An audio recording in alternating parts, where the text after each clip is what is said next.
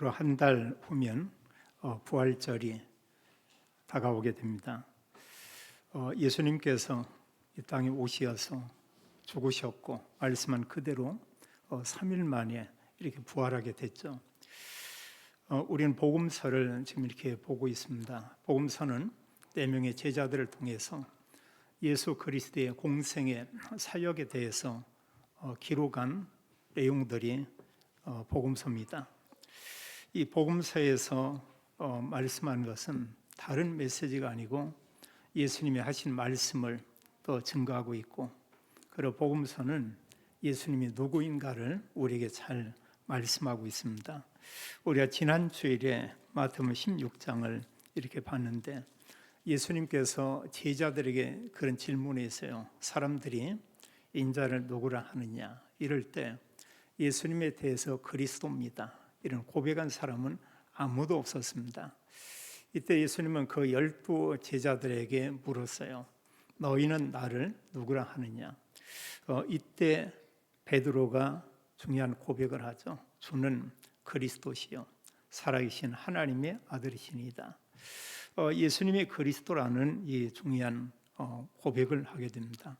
오늘 우리가 주 앞에 모여 예배를 드리는데, 우리도 우리 개인이 예수님이 누군가, 우리가 이런 질문을 하면서요, 베드로 같은 이런 올바른 고백, 이게 우리에게 있어야 되겠죠. 이미 우리는 또 구원의 확신을 대부분에 다 가지고 있습니다. 그러나 실제로 사실 내 삶에 있어서 예수님이 그리스도로 나의 삶에 함께하고 있고, 내 삶을 정말로 인도하고 있고, 그 예수님이 나의 정말 주인이 되고 있는가, 우리가 이런 부분도 좀 생각을 해볼 필요가 있습니다. 우리가 하나님의 말씀을 붙잡지 않으면 사람들은 자꾸 자기 생각을 가지고 많은 말들을 합니다. 그리고 자기 주장들을 또 이렇게 내세웁니다. 하나님께서는 우리에게 말씀을 주고 또 말씀을 언약으로 붙잡으면 그 말씀을 이루어 가는 것을 우리가 볼 수 있습니다. 오늘 성경에서 예수님이 그런 얘기를 해요. 21절에 이렇게 보게 되면 이때로부터 이렇게 말씀하고 있는데, 뭘 얘기냐면 제자들에게 말씀하기를 자기 자신이 이제 예루살렘에 올라가게 될 것이고, 거기에 가서 종교 지도자들에 의해서 자신이 많은 고난을 받고 그래 죽게 될 것이다, 이런 말씀을 하고요. 그러나 죽지만 3일 만에 다시 내가 살아날 것이다, 자, 이런 말씀을 얘기하고 있고, 또 예루살렘을 향해서 이제 올라가는 길에서도 이런 말씀을 하고, 그러면서 이제 결국 마지막에 예수님께서 자신이 이제 죽게 됨을 이런 말을 하게 됩니다. 근데 제자들은 그런 말씀을 거듭거듭 여러 번 들어서도 내용적으로 알아는 들었겠죠. 근데 그게 마음이 이렇게 담기질 않았어요, 그 말씀들이. 그리고 계속해서 제자들은 어느 생각을 하냐면, 예수님이 그런 얘기를 했습니다. 내가 이제 나의 그 나라에서 너희들을 이제 우편에 좌편에 이렇게 앉게 할 것이다, 이제 이런 그 말씀들을 했는데, 제자들은 그 생각으로 가득해요.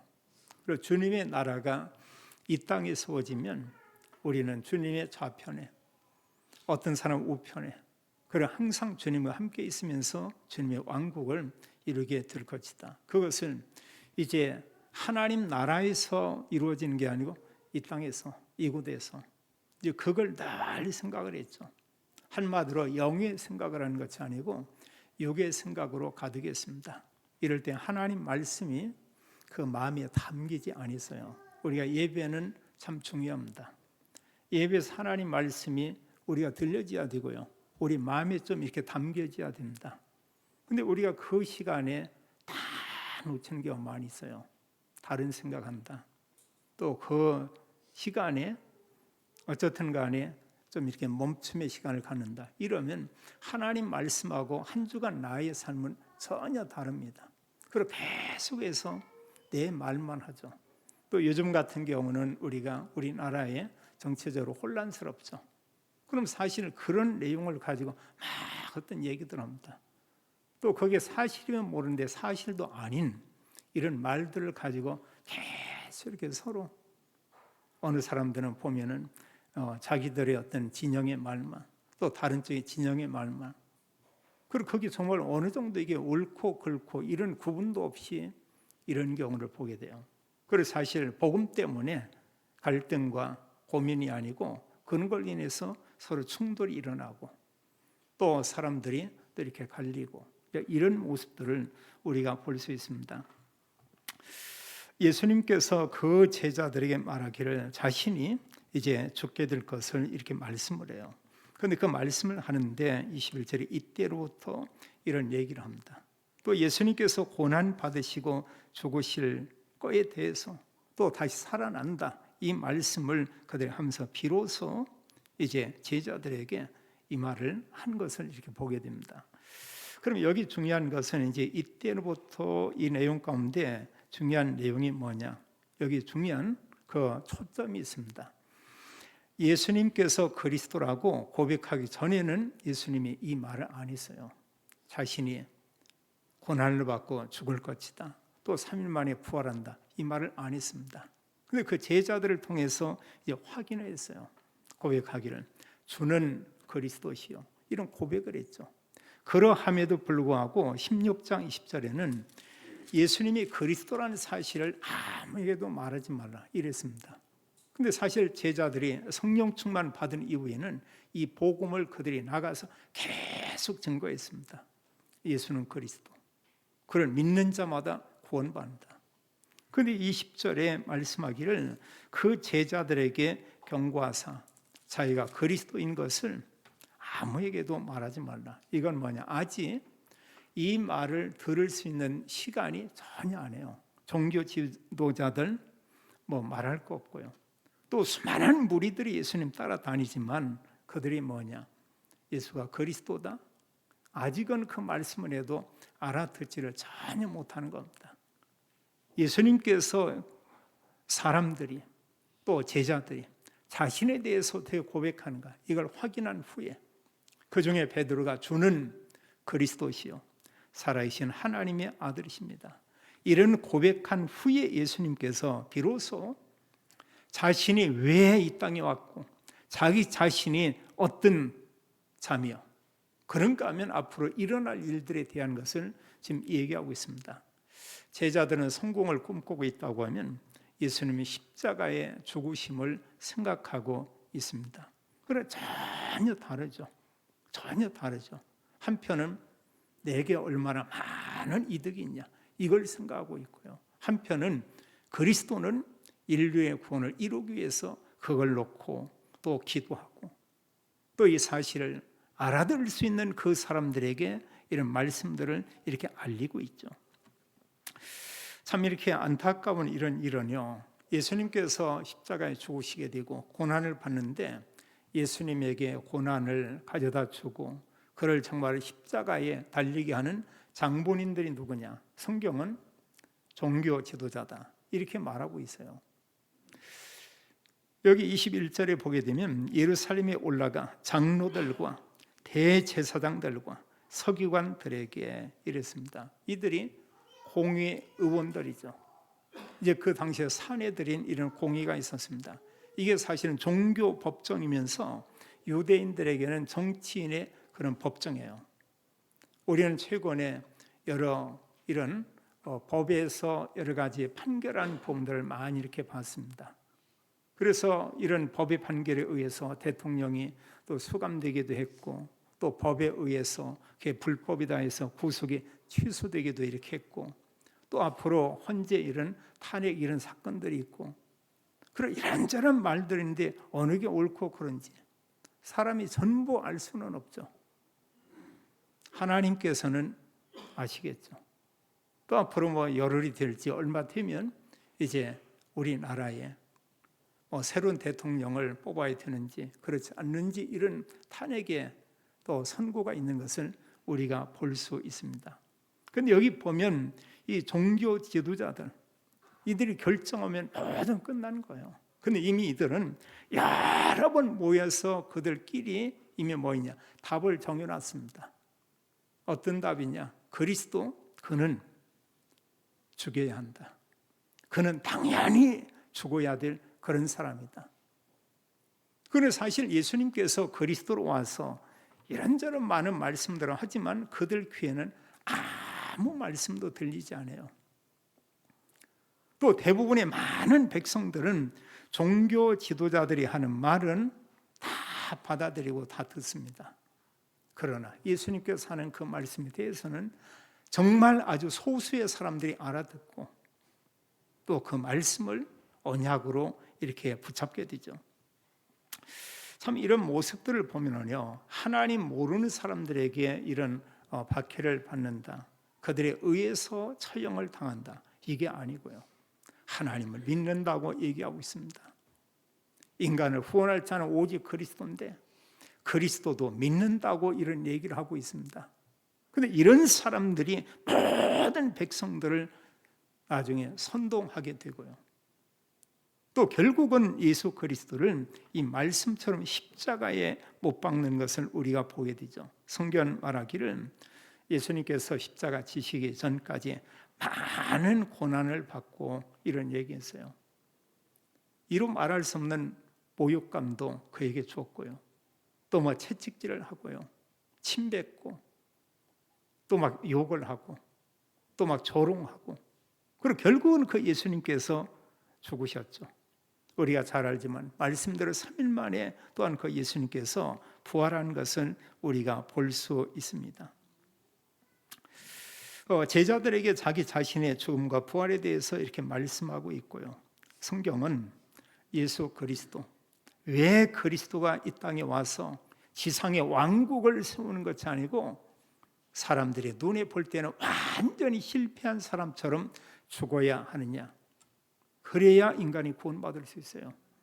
창세기 3장의 죄와 사단과 지옥의 이 저주를 해결하기 위해서는 우리가 죽는다고 해결되는 것이 아니고요, 인간의 방법으로 이 죄가 없어지지 않기 때문에 그리스도가 와서 반드시 십자가에 죽어야 될 것을 성경은 이렇게 말하고 있습니다. 한때 통일교는 우리나라에서 전국적으로 해외에도 많은 세력을 이렇게 뻗치고 있었어요. 그 통일교 원리 강론 이걸 공부한 사람들이 의하면 그들이 강조하는 게 뭐냐? 첫 번째, 예수 그리스도는 인간 구원을 완전히 실패했다. 인간은 구원하지 못하고 그는 십자가에 비참하게 죽었다. 여기까지 보는 겁니다. 그리고 완전 사람의 눈으로 보는 거고요, 그 해석한 내용을 보면 완전히 사탄이 주는 말, 사탄의 해석이라고 이렇게 볼 수 있죠. 그래서 성경을 올바로 본다면 하나님 믿는 사람이 당연히 그리스도는 하나님 말씀대로 십자가에 죽어야 되고 말씀대로 3일 만에 부활해야 된다, 이걸 보는 것이 아니고 부활 이 부분은 강조하지 않습니다. 단지 십자가에서 죽었는데 인류를 구원치 못하고 인류 구원에 실패했다. 그래서 그 구원을 이루기 위해서 내가 온 것이다, 이런 새빨간 거짓말을 한 겁니다. 대부분의 모든 이단의 교주들이 지금도 이러고 있어요. 우리 곁에는 하나님 믿는다고 하면서 정말 나도 그리스도를 믿습니다, 이러면서 사실은 그런 곳에 모여드는 사람들이 많이 있죠. 우리가 그리스도 얘기하자면 성경에 있는 복음서에 있는 예수님이신 그리스도, 이분이어야 되죠. 이분이 아니면 다 가짜죠. 성경은 말세 같으면 적그리스도, 거짓 그리스도, 가짜 그리스도 한마디로 이들이 온다고 얘기했습니다. 그 배후에 역사하는 영은 바로 사탄이죠. 사탄은 계속해서 복음 모르게 합니다. 교회를 계속해서 이간질합니다. 구원받은 성도들을 혼란스럽게 합니다. 그러면서 정말 이 복음만을 잘 모르게 만들고요, 또 그런가 하면 복음만을 전하지 못하게 이렇게 방해하고 역사하는 것을 보게 되죠. 시편 22편에 보게 되면 예수 그리스도의 고난에 대한 이런 부분을 아주 거기에 이렇게 생생하게 표현을 했습니다. 이제 예수님은 더 이상 보면은 그리스도는 이제 십자가 지시기 전까지 인간 대우를 받지 못해요. 이방인들이 애워싸고 그런가 하나님 믿는다는 그들이 막 조롱을 하고 이로 말할 수 없는 그의 그 고난, 그 십자가에서 고난받는 그의 모습을 아주 생생하게 표현한 것을 이렇게 보게 됩니다. 한번 시편 22편은 집에 가셔서 한번 이렇게 읽어보시기 바라요. 이사야 53장에도 예수 그리스도의 고난에 대해서 잘 말하고 있습니다. 분명히 그리스도는 이 땅에서 우리 인류의 죄를 위해서 죽을 것을 말하고 있어요. 그럼 5절 6절에 말하고 있죠. 그가 찔림은 바로 그리스도를 얘기합니다. 그가 찔림은 우리의 죄악을 인함이요 그가 상함은 말할 수 없는 몸의 상처와 찢김과 이런 고난을 받았죠. 그가 상함은 그가 찔림은 우리의 허물을 인함이요 또 그가 징계를 받음으로 우리가 평화를 누리고 예수님께서 말할 수 없는 십자가의 형 이걸로 인해서 우리에게 참된 평화, 우리에게 참된 자유, 우리에게 참된 해방 이걸 우리가 허락하고요. 또 그가 채찍에 맞음으로 너희가 나음을 입었도다. 그리고 예수님께서 우리의 영혼도 구원하지만 우리의 육신의 연약함도 회복하고 구원할 걸 약속했습니다. 육신의 병도 고쳤지만 우리가 믿음으로 영생 얻었고 또 성경 말하고 있습니다. 마지막 때 우리 주님 오시는 그때 우리의 몸은 신령한 몸을 입게 될 것이다. 신령한 몸으로 이렇게 부활될 것이다. 이렇게 말하고 있어요. 우리의 이 몸은 굉장히 이렇게 연약합니다. 우리에게 여러 몸에 이런 그 기능들이 있죠. 이런 가운데 뭐 소중하지 않은 게 단 하나도 없어요. 근데 그런 가운데 하나가 딱 이렇게 멈췄다. 그걸로 끝나는 경우가 많이 있습니다. 그게 뭐냐? 그게 심장이에요. 다른 기능들은 좀 잠을 자고 쉬기도 이렇게 하죠. 위도 뭔가 먹으면 막 열심히 이게 뭐 운동을 하면서 소화시켜야 이렇게 되겠죠. 그런데 심장은 뭐냐? 잠을 자든 일어나든 아니면 내가 그 편히 쉬어야 되겠다 해서 어디에 또 이렇게 편안한 자세를 가지고 있던 24시 우리가 이 땅에 태어나서 마지막 이 세상을 떠나는 그 시간까지 심장은 계속 이렇게 뛰는 것이죠. 심장. 그게 딱 멈췄다. 그걸 보고 우리는 심정지 이런 얘기를 합니다. 근데 오늘날 우리 주변에 이런 사람들이 적지 않게 아주 많아요. 지금 오늘날 우리나라에 보면은 사람이 죽는데 가장 많이 죽는 게 모든 암을 합친 거고요. 그 다음에 많이 죽는 게 뭐냐? 바로 심장병. 이걸로. 이만큼 이게 심각하거든요. 만약 어느 사람이 호흡을 5분만 못한다. 10분을 못하 딱 정지됐다. 이 세상은 떠나죠. 근데 하나님께서 성경을 통해서 우리에게 소망 주는 것은 다시 부활한다. 이렇게 말하고 있어요. 53장 6절에 말하죠. 우리는 다 양 같아서 그릇 행하여 각기 제 길로 갔거늘 여호와께서는 우리 무리의 죄악을 모든 죄를 그에게 예수 그리스도께 담당시키었다. 성경이 이렇게 말하고 있어요. 출애굽기 3장 18절이나 구약의 모든 제사들이 뭡니까? 피제사인데 그것은 그리스도께서 이 땅에 오시기 전까지 사실 인간이 하나님께 나가기 위해서 인간이 또 이런 임시적인 방편으로 죄사함을 받기 위해서 이런 피의 제물이 필요했죠. 그런데 예수 그리스도께서 단 한 번 죽으시고 부활로 성경 완전한 구원을 이루었다고 이런 말씀을 하고 있습니다. 히브리서 9장 10장을 집에 가셔서 한번 이렇게 읽으면 좋겠어요. 그 로마서의 모든 내용들이 그겁니다. 예수 그리스도께서 단 한 번 죽으심으로 우리의 죄를 사했다. 우리가 의롭게 됐다. 로마서 8장 2절은 그렇게 말하고 있죠. 그리스도 예수 안에 있는 그리스도 예수 안에 예수님 밖에 구원 없어요. 오직 그리스도 예수 안에 있는 생명의 성령의 법이 죄와 사망의 법에서 너를 해방하였다. 너를 해방했다. 이건 창세기 3장의 문제 그거 다 끝냈다. 이렇게 말하고 있죠. 우리가 구원받았다. 이로 말할 수 없습니다. 그래서 그리스도께서 우리 인간을 구원하기 위해서 이렇게 오시는 것이죠. 십자가에 죽어야 돼요. 부활해야 돼요. 근데 예수님을 십자가에 못 박고 죽인 자들이 누구냐? 성경은 말씀하기를 그 자들이 종교 지도자라고 말하고 있어요. 오늘날 우리가 보면 지구촌에 많은 교회들이 있습니다. 이런 교회들이 복음을 말하지 않는다고 하면은 어느 면에 강조하는 내용이 이 종교 지도자와 크게 다를 바가 없습니다. 심지어 그런 얘기하는 목회자도 있습니다. 그리스도 위에도 구원이 있다. 모든 종교 다 구원이 있다. 그 목사님이 그런 말을 한다고 하면 그 정말로 그 구원받은 목사님 맞습니까? 그런 신학자가 있어요. 그들이 영향을 받은 사람들이 적지 않게 많습니다. 그들은 뭘 얘기하냐? 예수는 그리스도. 이 복음을 절대 말할 수가 없죠. 말하지 않습니다. 그들은 다른 얘기합니다. 근데 사람들은 복음 얘기 않고 다른 얘기 하는데도 모여들어요. 그게 중요한 게 아닙니다.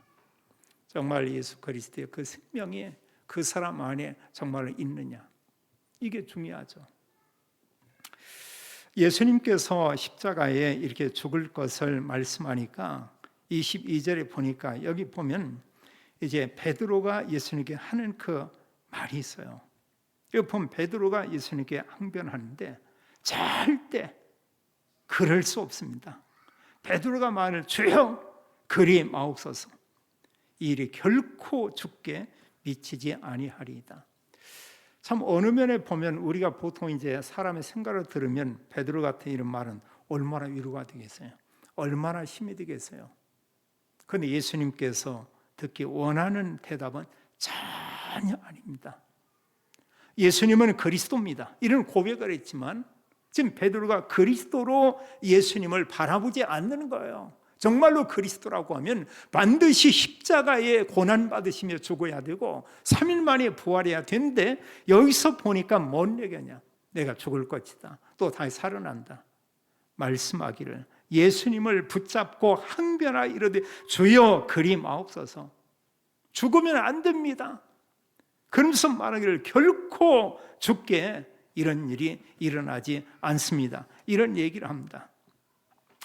이때 예수님께서 베드로에게 하신 그 말씀을 볼 수 있어요. 23절에 보면은 뭐라고 말씀하고 있냐? 세 가지를 얘기하는데 그에게 말하기를 이르되 사탄아 사탄아 내 뒤로 물러가라, 이렇게 말해요. 베드로가 이 말을 했는데 말하기를 베드로를 향해서 거기 제자들이 함께 있죠. 사탄아 내 뒤로 물러가라 이러거든요. 그럼 베드로가 사탄입니까? 여기 말은 뭐냐? 지금 베드로가 하는 그 말이 뭐냐? 사탄이 좋아하는 그 말이에요. 마귀 사탄은 뭐냐? 예수님께서 죽지 않아. 또 예수님은 부활했다. 그는 그리스도 아니야. 그리고 예수 그리스도의 죽으신 부활을 사단은 이것을 막으면서 그러면서 이런 자체를 사람들이 모르게 만드는 것입니다. 그럼 베드로의 그 하는 말 자체가 뭐냐? 말 그 자체가 하나님이 원하시는 그 말씀과 다르다는 거예요. 그 베드로가 뭐냐? 육의 생각으로 지금 이런 얘기를 하고 있습니다. 이때 보면 사탄아 내 뒤로 물러가라. 두 번째 말하기를 이제 너는 나를 넘어지게 하는 자로다, 이렇게 말하고 있어요. 너는 나를 넘어지게 하는 자다. 물론 예수님이 그 말을 들을 이유는 전혀 없습니다만은 사람 같으면 이런 말을 듣고 아 그래요? 나 그럼 내가 십자가 지지 아니해야 되겠는데 이런 생각할 수가 있겠죠. 사람 어쨌든 간에 자기 비유 맞춰주고 육신적으로 좀 좋은 얘기를 해주고 하면 그냥 좋은 것이죠. 아, 저 사람 내 편이다. 나에게 좋은 말을 해준다. 나에게 정말 위로가 되고 힘이 된다. 이런 여러 얘기들 하죠. 심지어 뭐 대통령도 막 누가 와서 막 여러 가지로 그 대통령에 대해서 이렇게 또 탄핵을 반대하는 것처럼 하고 막 구호를 치면 대통령도 힘없고자 하는 이게 사람이거든. 이게 약한 인간이죠. 근데 말하기를 너는 나를 넘어지게 하는 자다. 그리스도는 반드시 보면은 죽어야 되고 또 말씀대로 3일 만에 부활해야 되죠. 그래서 이 사실 그리스도의 일에 대한 내용과 전혀 반대된 얘기를 해요. 그에게 말하기를 세 번째 뭐라고 하냐? 내가 하나님의 일을 생각하지 아니하고 예수님이 그리스도라는 것을 안다고 하면은 주님, 저도 알고 있습니다. 그리스도는 고난받고 죽는다는 걸 알고 있습니다. 저도 정말 예수님처럼 이런 고난을 받고 예수님처럼 저도 죽기 원합니다. 올바른 이 복음을 가지고 고백한다면 이런 고백할 수 있죠. 근데 지금 말씀한 내용은 완전히 이게 그 육신의 생각을 가지고 말하고 있습니다. 하나님의 일을 생각하지 아니하고 도리어 사람의 일을 생각하는도다. 베드로가 한 말하고 예수님께서 하신 말씀하고는 완전 다르죠. 예수님은 그리스도의 그 일을 위한 것을 말씀하고 있고, 베드로는 예수님께서 임금이 되면 지상에서 이제 임금의 나라 세울 거에 대한 그걸 가지고 늘 그 생각하고 있고, 그럼 우리가 어느 부분을요 내 생각 가지고 보면 맞는 것 같지만 맞지 않는 경우가 많아요. 그런데 하나님 말씀 가지고 보면은 내 생각과 다른데 시간 지나고 나중에 확인해 보면 그게 맞는 것을 우리가 보게 됩니다. 잠언 16장 1절에 말씀하기를 사람이 마음으로 제 길을 계획할지라도 그 걸음을 인도하는 자는 여호와시니라. 그 분명한 것은 내 생각과 내게 가는 이런 부분과 하나님이 원하는 것과 하나님 인도하시는 이 부분은 언약 가진 하나님의 자녀들에게 분명히 있어가지고 다르다는 거예요. 그 하나님께서 우리의 모든 길을 인도하죠. 어느 사람은 언약 가지고 곱게 주님을 바라보며 천상을 향해 가고 있습니다. 어느 분은 구원받긴 했어요. 근데 말할 수 없도록 막 그냥 갈짓자로 써가면서 온 지구촌을 막 여행하고 언약과 계속 멀리 삽니다. 마지막 끝에 가는 곳이 어디냐 그거예요. 구원받은 하나님 자녀입니다. 마지막에는 결국은 하나님 나라 그곳에 가죠. 성경은 말합니다. 뭐가 다르냐? 상급이 다르다고 말하고 있어요. 우리가 정말로 복음을 위해 산다, 하나님 영광 돌리는 삶을 산다는 것은 얼마나 중요한지 이루 말할 수 없습니다. 이때 예수님께서 이제 베드로에게 말하고 나서 제자들에게 말씀한 내용이 24절로 28절에 기록되어 있어요. 그 다른 제자들에게 어떤 말씀을 하냐? 여기 말씀한 가운데 누구든지 나를 따라오려거든 이렇게 말씀하면서 중요한 얘기를 하죠. 이게 정말로 제자고 언약 가진 사람의 그런 삶입니다. 누구든지 나를 따라오려거든 자기를 부인하고 이렇게 말씀하고 있어요. 누구든지 자기를 부인하고 그래 자기 십자가를 지고 나를 따를 것이니라. 이게 뭐냐? 네 생각 그만 하지 말고 정말로 내가 한 그 말씀과 내 언약의 말씀 그거 붙잡고 우리가 살면서 우리에게는 이런저런 여러 십자가가 있습니다. 때로 보면 사람들이 볼 때 당하는 고난도 있고 다른 사람 모르고 나만이 아는 이 고난과 이 힘든 어려운 부분들이 있어요. 저는 2월달 3월 제 개인에게는 고난 이런 주간이 이렇게 이미 닥친 것 같아요. 그러나 사실은 이제 교인들은 뭐 그게 무슨 고난이냐? 제게는 그렇습니다. 물론 어떤 사람은 쉽게 말을 툭 던지는 경우 있습니다. 하나님의 은혜지만 제 곁에 함께했던 30년 지기 친구는 다 떠났습니다. 제가 돌이켜보니까 한 사람이 없어요. 그러나 하나님께서는 또 다른 새로운 사람들을 또 이렇게 만나게 하나님이 이런 허락을 했습니다. 이런 만남들은. 그런데 아직은 너무 서먹해요. 아직은. 제가 그들과 함께한 시간이 너무 짧습니다. 그러면서 하나님께서 더 중요한 것은 그래.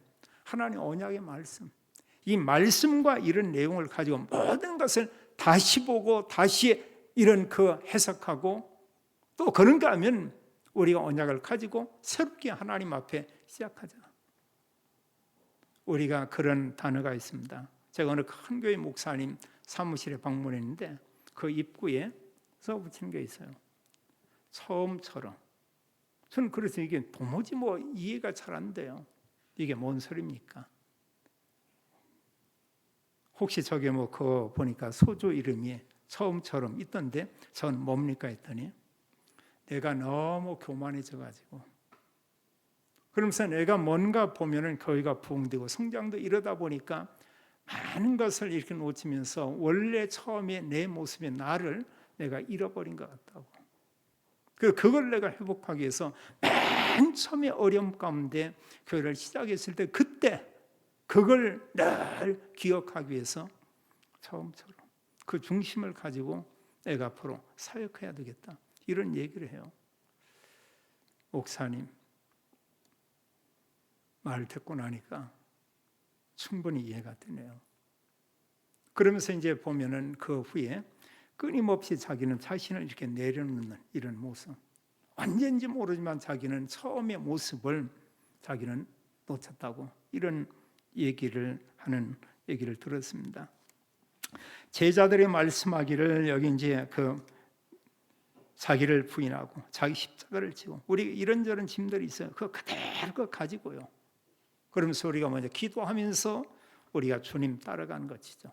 예수님아 그럼 나를 따라오라. 이게 바로 제자예요. 이런 사람들이요.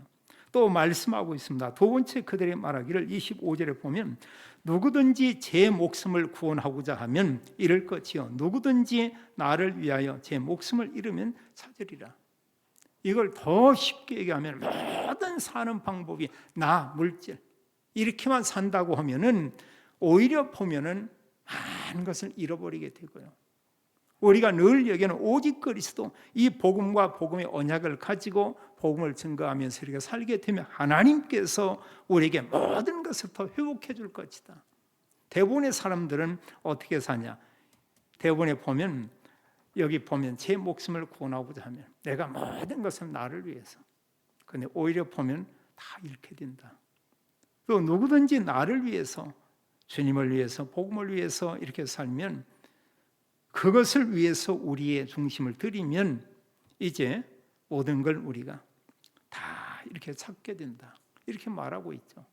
그래서 사실 우리가 내 생각도 있지만 그 앞에 조금만 당겨서 하나님 말씀, 하나님 나라 의를 구한다. 이때 하나님 모든 걸 회복하죠. 그런 하나님은 우리에게 때로는 하나님 앞에서 새롭게 하나님과의 관계를 회복시키는 그런 계기가 있어요.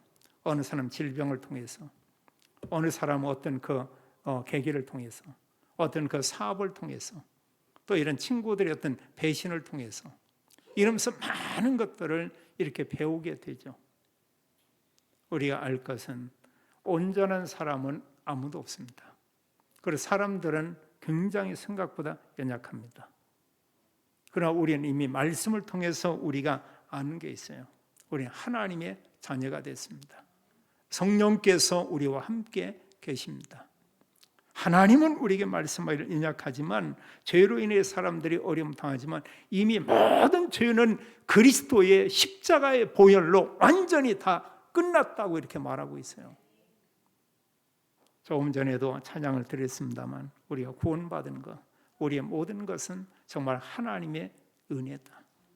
정말 하나님의 은혜였습니다. 저는 36년 전에 이 지역에 왔습니다.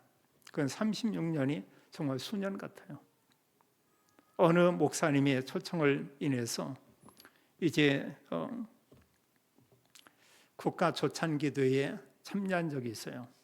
근데 그게 기억에는 한 10년 정도 되나 봤더니 그게 20년이에요. 이 부분이. 저를 초청했던 목사님이 어느 때는 이분이 살아계시나. 저는 이런 생각이 한편에 들기도 하고요. 언젠가 후에 봤더니 걸음을 너무 이렇게 청청걸음을 이렇게 걸으시더라고요. 그러면서 몸이 많이 이제는 또 불편하시구나. 이제 이런 생각을 했는데 또 성경 말씀합니다. 자, 이것은 이 세상의 모든 사람들의 생각해 볼 그 내용이에요. 여기 26절에 우리가 많이 이렇게 인용하는 그런 내용입니다. 전도할 때도 이런 말씀합니다. 사람이 만일 온 천하를 얻고도 제 목숨을 잃으면 무엇이 유익하리요? 사람이 무엇을 주고 제 목숨과 바꾸겠느냐? 온 세상을 다 얻는다고 해도 자기 목숨을 잃는다면 무엇이 유익하냐? 여기서 우리에게 주는 교훈은 뭐냐? 이 땅에 살면서 부자이기도 하고 다 가질 수도 있습니다. 그러나 그 사람이 그리스도를 믿지 않는다. 결국은 하나님 앞에 서겠죠. 이 세상의 모든 것이 그에게 무슨 유익이 있냐? 아무것도 아니죠. 전도서 말씀처럼 헛되고 헛되고 헛되고 헛되고 헛되도다. 결국은 이거죠, 인생이. 하나님 만나지 못하고 그리스도 모르는 사람의 그 삶은 이러하다는 거예요. 다 가졌어도 그리스도 모르면 끝은 이러하다. 그래 27절과 28절에 이제 하나님께서 우리에게 앞으로 주실 상급을 얘기합니다. 그리스도인들이 받을 상급인데 인자가 아버지의 영광으로 그 천사들과 함께 오리니 반드시 재림이 오죠. 그때 각 사람이 행한 대로 갚으리라. 우리가 주님의 교회에 섬기고 헌신하고 일한 것에 대한 또 전도자의 삶을 산 모든 부분에 대해서 뭐냐? 하나님께서 우리에게 상급을 말씀하고 있어요. 우리가 여러 사람들에게 도움을 주고 유익을 주는 것, 여기에도 다 상급이 있습니다. 반드시 우리 주님께서 다시 오실 것이다. 이걸 약속했죠. 그 오시는 그날이 언제냐? 바로 재림 때죠. 개인의 종말이 아니고 인류의 종말을 주님께서 이렇게 말씀했습니다. 마지막으로요. 그렇다면 예수님에 대한 나의 신앙 고백과 나는 어떤 삶을 살아야 하냐? 내게 있어서 예수님은 어떤 분인가? 이게 분명하지 못하면 교회를 그만둬요. 분명하지 못하면 이단이 갈 수 있어요. 또 정말로 구원받지 못하고 이런 사람이 교회에 나와 있다, 이런다 해도 하나님 나라 갈 수 없죠. 그래서 성경은 우리에게 말하기를, 말씀은 우리에게 말씀하기를 뭘 얘기하냐? 성경은 전체 중요한 핵심이 오직 그리스도, 이걸 말하고 있어요.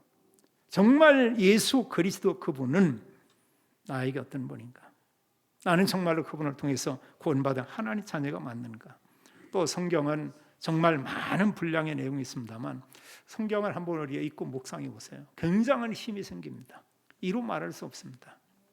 제가 성경을 계속 본격적으로 지금 이렇게 읽기 시작했는데 정말 말씀이 살아있다, 살아 역사하는구나, 이렇게 느껴져요. 성경은 그런 많은 말씀 가운데 사도행전 1장 1절로 11절에 있듯이 오직 그리스도, 그걸 얘기하고 있고요. 하나님 나라의 일, 세계복음화, 이걸 말하고 있고, 또 우리에게 성령 충만을 부어주고 우리에게 증인의 삶을 살게 하겠다, 우리가 붙잡을 내용입니다. 그래서 성령 충만 받고 우리는 전도자의 삶을 살아라, 하나님께서 이걸 말씀하고 있죠. 우리는 지금 여러 흐름 가운데 셋들, 우리가 세계복음화, 또 정말 기도하며 이런 치유, 또 우리 후대, 우리가 이러기 위해서는 뭐냐? 우리가 모이기를 힘써야 되는 겁니다. 우리가 모일 필요 있어요. 금요일도 좀 모이고, 또 그런가 하면 수요 예배도 우리가 좀 모이고, 또 이런 정도가 아니고 우리가 사실 또 새벽에도 어떤 기회가 되고 시간이 되면 또 이렇게 우리가 모이고, 우리가 이러면서 여기에서 이제 운동이 일어나는 거죠. 이런 말씀 운동들이 이런 가운데 일어납니다. 우리는 주일과 함께 우리가 한 주간을 시작합니다. 여기에 중요한 게 예배죠. 예배와 함께 언약의 말씀 가지고 나의 현장에서, 또 예배와 언약의 말씀을 가지고 우리는 또한 금토일, 금요일 날은 주로 우리가 기도하며 치유에 초점 맞춘 다음 토요일은 렘넌트 후대들을 생각하고, 주일은 우리가 또 새롭게 하나님 언약을 붙잡고, 이러면서 하나님의 언약의 말씀, 이 말씀들을 내가 듣고 있지만 그걸 성경을 통해서 제 설교에서 별로 들을 게 없다고 하면 하나님 말씀 붙잡고 묵상하면 돼요. 그 한 단어, 한 구절 가지고 계속 묵상하면 됩니다. 그건 하나님 말씀 맞습니다. 설교자 연약해도 하나님은 그를 통해서 하나님 말씀을 선포하고 증가하게 합니다. 그걸 붙잡습니다. 하나님 이때 역사예요. 이런 가운데 하나님이 여러 응답과 증거 주는 걸 우리가 보게 됩니다. 묵상, 어느 면에 우리의 신앙생활을 하면서 우리가 활동하기 전에 가장 중요한 부분이다, 이렇게 볼 수 있고요. 성경은, 특히 복음서는 예수님이 그리스도라는 걸 우리에게 말하고 있고, 또 성경은 우리에게 말하기를 누구든지 그 예수 그리스도 믿으면 우리가 구원받고, 그렇다면 나는 어떤 삶을 살아야 하는가? 가정에서, 교회에서, 업의 현장에서, 또 사람과의 관계에서. 아버지 하나님, 감사와 찬양을 드립니다. 하나님께서 그리스도를 약속하고 또 성경을 통해서 예수님만이 그리스도인 이 사실을 알게 하심을 인하여 감사를 드립니다. 예수 그리스도의 십자가의 죽으심과 부활로 완전한 구원을 이루었고, 또 이런 구원의 이런 은혜를 우리에게 주고 그 확신 가운데 있게 하고, 하나님께서 우리에게 영적인 축복, 능력과 권세를 주어서 전도자의 삶을 살도록 인도하니 감사 올립니다. 모든 성도님들이 사람들에게 복음 전하기 위해 기도하고, 나라와 민족을 위해 우리가 기도하고, 정말 전도와 선교를 위해서 기도하며, 또 모든 곳에서 그리스도 언약 가지고 누리며 증인의 삶을 살도록 하나님이 축복해 주옵소서. 주 예수 그리스도 이름으로 기도하옵나이다. 아멘.